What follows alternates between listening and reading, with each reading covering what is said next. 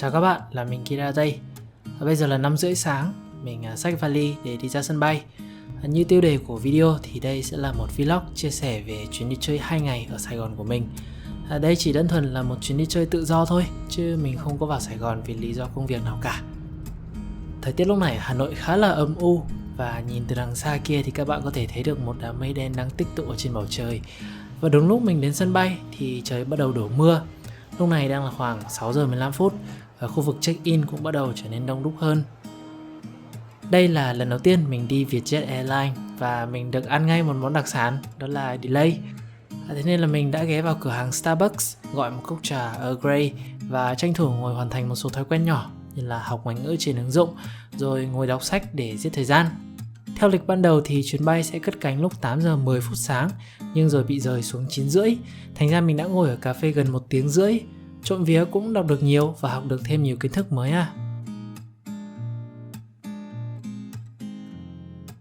Cuối cùng cũng được đi ra máy bay. Nghĩ lại thì thấy việc delay nó cũng không có gì quá là to tát nếu so với việc giả sử chuyến bay bị hoãn vì thời tiết xấu. Được bay là vui rồi. Tạm biệt Hà Nội một vài hôm nha. May quá, đúng lúc mình vào miền Nam thì suốt một tuần tới Hà Nội trời sẽ mưa.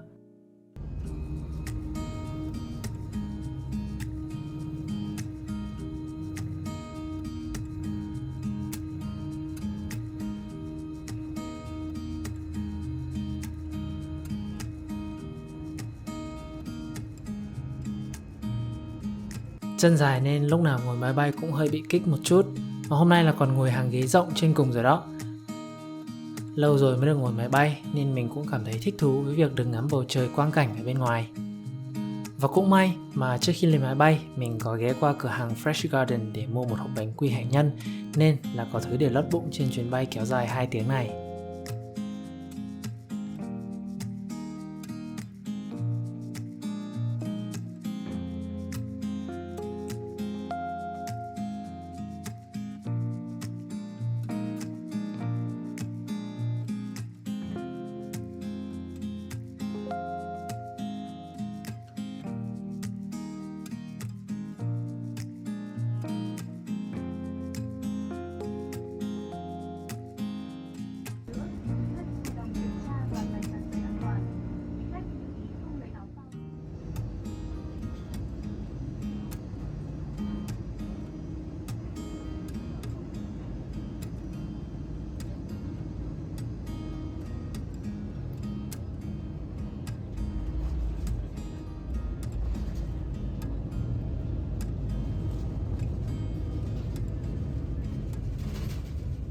Máy bay hạ cánh xuống sân bay Tân Sơn Nhất lúc 11 giờ 50 phút.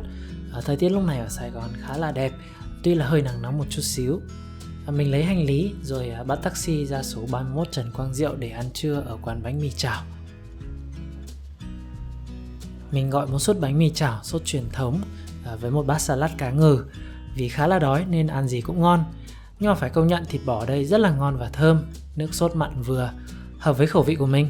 Bánh mì thì nóng giòn, salad thì đầy ự luôn. Nhìn chung là bữa trưa đầu tiên ở Sài Gòn thế này là quá là tuyệt rồi. Ăn xong thì mình xách vali đi bộ khoảng 5 phút để đến quán cà phê Bungu by Plus. Ở đây là nơi có bán văn phòng phẩm của hãng Plus Nhật Bản.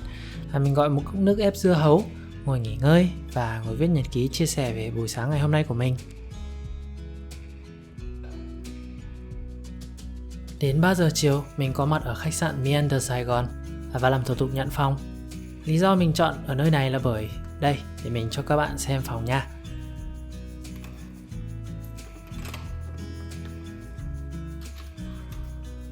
Không gian phòng tuy hơi nhỏ so với một căn phòng khách sạn thông thường, nhưng lại rất là tối giản và mình thích không gian như thế này. Nhìn qua thì trông rất là giống không gian của khách sạn Muji mà chắc bạn biết rồi đó, mình thì thích Muji lắm.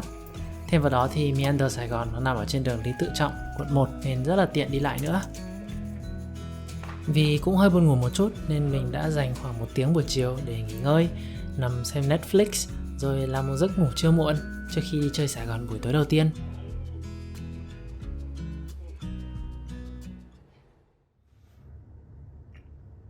Let's go outside.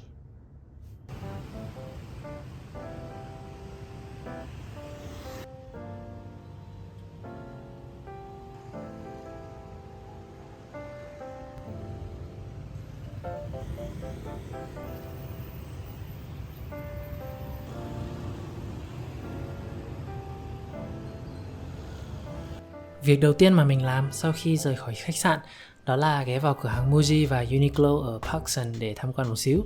Cách đây 1 năm rưỡi mình có vào Sài Gòn đi thực tập, thì lúc đó cửa hàng Muji lại đang tạm đóng để chuẩn bị chính thức khai trương, nên đây mới là lần đầu mình được ghé thăm Muji Sài Gòn. Mình cũng sang Uniqlo để mua một chiếc áo sơ mi dài tay vì mình quên mang theo từ Hà Nội.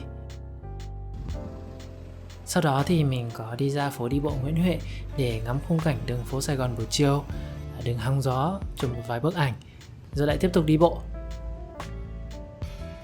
Mình có hẹn một người bạn ở quán ramen Ippudo, và không ai khác đó chính là đứa em Khiêm Slays. Bát mì ramen của Ippudo phải gọi là đỉnh của đỉnh, khác hẳn với các cửa hàng ramen ở ngoài Hà Nội.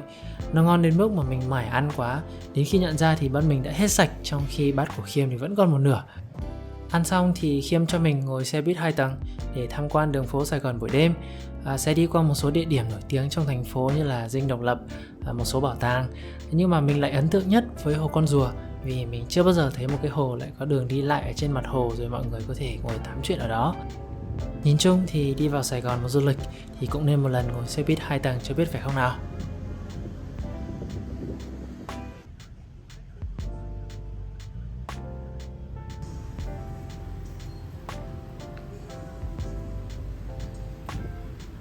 Sau 45 phút đi vòng quanh Sài Gòn buổi tối, hai anh em ghé vào quán trà ở khu cà phê tổ hợp ngay phố đi bộ Nguyễn Huệ. Mình chọn trà hoa cúc, xong được chọn chén để uống. Là một người sống tối giản, minimalist, nên thường thì mình sẽ để mắt ngay đến những chén cốc không có thiết kế viền vẽ gì. Nhưng mà hôm nay là ngoại lệ, mình chọn một chiếc cốc có hình bông hoa hồng. Và lại một điều không ngờ nữa xảy ra khi mà bạn nhân viên đem ra đến 4-5 thứ, bao gồm chén sứ đựng trà này, được đặt trên một khay đựng nến đang đốt lửa, một chiếc đồng hồ cát, một cốc nước lọc, một bộ lọc bã trà, một bát đựng đường viên, rồi một cốc đựng mật ong.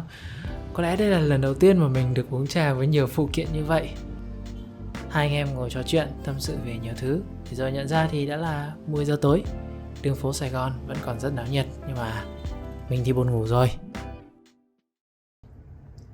Good morning các bạn, là mình Kiệt ở đây. Hôm nay thì buổi sáng mình sẽ ra ngoài đi ăn sáng, đi tham quan một số cái địa điểm nổi tiếng ở Sài Gòn.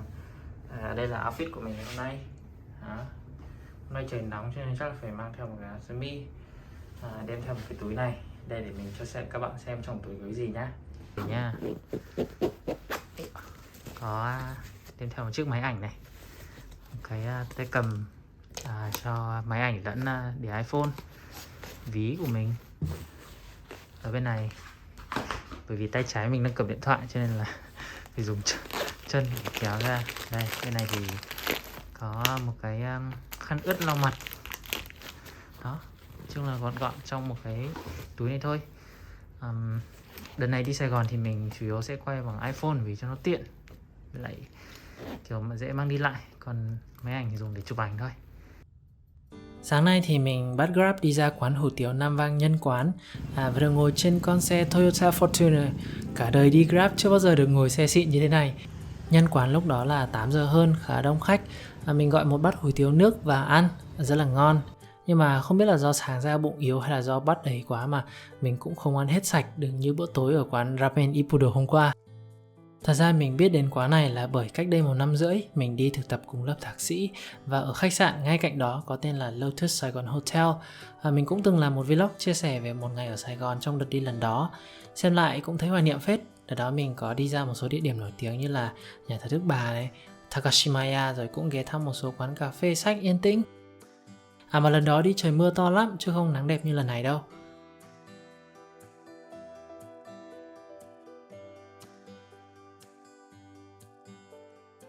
Ăn sáng xong thì mình bắt Grab xe máy để đi ra Dinh Độc Lập. Thời tiết Sài Gòn hôm nay đẹp nhưng mà nắng nóng quá. Đi từ ngoài vào đến Dinh Độc Lập mà toát hết cả mồ hôi.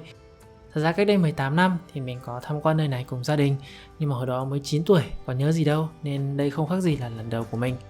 Và mình cũng hơi ngạc nhiên, không ngờ Dinh Độc Lập nó lại to và có nhiều nơi để đi như vậy. Và mình đặc biệt ấn tượng với cái khu tầng hầm và bong ke của Dinh Độc Lập.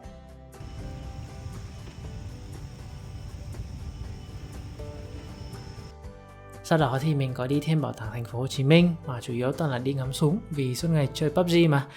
Thêm vào đó thì mình cũng nán lại khá lâu ở phòng trưng bày tiền Việt Nam vì được xem các loại tiền từ xưa đến giờ, cảm giác rất là thú vị.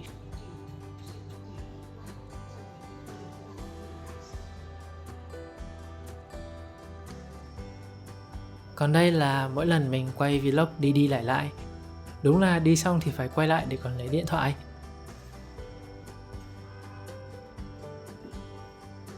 Buổi trưa vì lười đi xa cho nên là mình đi bộ ra quán ăn Yoshinoya ngay sát khách sạn để làm một sách cập nhật. Xong lại về ngủ trưa để chiều còn đi chơi tiếp.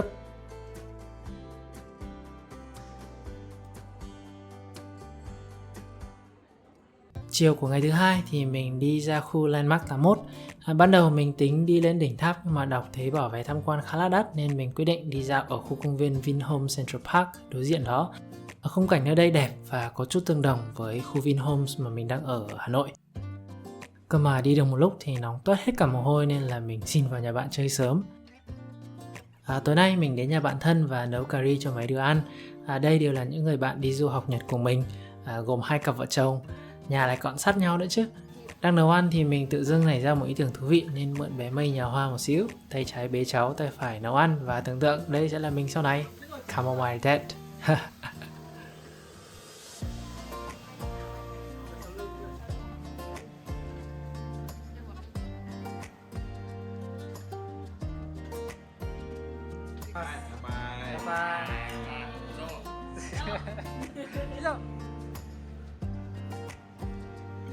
Buổi sáng ngày thứ ba mình đi bộ ra quán Conservo để ăn sáng.